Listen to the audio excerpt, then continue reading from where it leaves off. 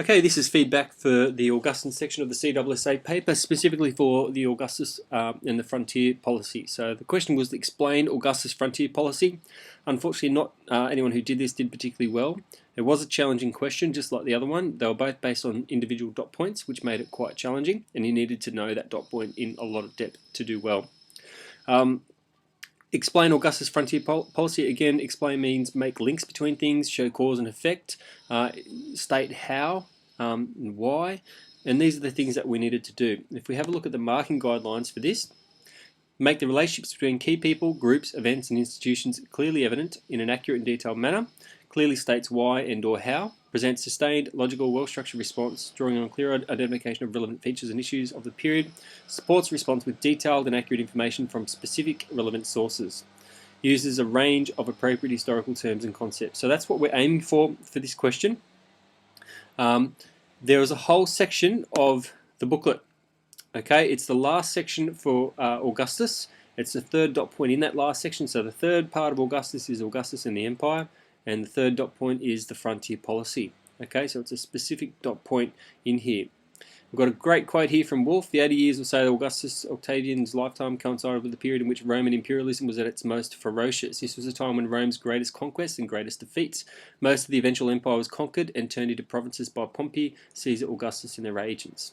All right, and we've got a map here depicting the extent of the Roman Empire in AD 14 at the death of Augustus. Okay, so we can see the extent. Okay, we've got Spain, we've got Gaul, Germany, Italy, all the way down into Greece. So it was a massive empire into Africa. First thing we need to talk about in an essay is we need to talk about the fact that Augustus made it very clear that he wanted to be associated with victory, particularly amongst his soldiers. He wanted to be associated with peace in Rome, but victory amongst the soldiers. All right, so he adopts the title Imperator. Whole of chapter 4 of the Re Gestae is devoted to his military victories. Right, he's hailed as Imperator by the troops 21 times, which is more than any other Roman before him, according to Eck. The poets praised him for extending the empire and bringing great glory and wealth to Rome. Okay, so he wanted to be seen as someone who's going out there and expanding the Roman Empire. He claimed to have brought peace to Rome, the Pax Augusta, but these claims applied mainly within the empire. Okay, so that was, we need to separate that out a little bit. Outside its borders, no Roman before Augustus had waged as many wars successfully. All right, so he says, I'm bringing peace, but he's probably more warlike than most other generals, but it's just not happening in the empire itself. Augustus followed the example of the great generals of the Republic, although he could mobilize the military potential of the entire empire for his battles. Public opinion supported expansion, so that's what people wanted, and that's what he achieved. It was seen as Rome's right, even duty, to conquer others, again according to Eck. Also, Augustus did not employ one overarching policy for the whole of the empire. This was direct Roman rule there was direct Roman rule in some areas, whereas in others, territories governed themselves. This idea of imperial flexibility, okay, he impressed upon the Senate in writing, according to Dio. Overall, it was a well-planned policy that earned Augustus the reputation of having created Pax Romana. So there's almost that myth of Pax Romana, where he's organising and administering the empire by being a little bit flexible, okay, but also flexing the military might when it was required as well. So we've got some parts here from Schotter. Certainly Augustus' policy was concerned both to secure peace and to enhance the prosperity of the provinces. Once within the empire. In this way, his work represented a continuation and development of that of Julius Caesar. This had looked to the protection of Rome and Italy by the establishment of a buffer of provinces of pro-Roman territory, secure within increasing flexible, visible borders and valuing the prosperity which came from peace and security. So establishing areas, making sure that there's that buffer, okay, and ensuring that you're benefiting from the prosperity of the peace and the security that you've established.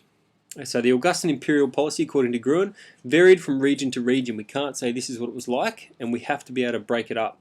Varied from region to region, or adjusted for circumstances and contingencies. Aggression alternated with restraint, conquest with diplomacy, advance with retreat. Acquisitions and annexations occurred in some areas, consolidation and negotiation in others. So there's no blanket policy. He works things as they come up. The regime persistently projected the impression of vigor, expansionism, triumph, and dominance. Okay, so there's a section in Bradley, but we don't really have that. You don't really need it essentially, but have a look through here. We've got areas consolidated and pacified, so we have to break it up. We've got a bunch of different sections here. We've got areas that Augustus consolidated and pacified. The second part is extension of the frontier to the north to its natural and most defensible limits, and we've got examples here. Okay, and the third is a general policy of non-aggression. So that's how you need to break this response up. You need to say that his Augustus' approach to the frontier policy was not singular. He had a variety of different approaches. Some areas he consolidated and pacified. For instance, Spain, and you must have all these examples. Okay.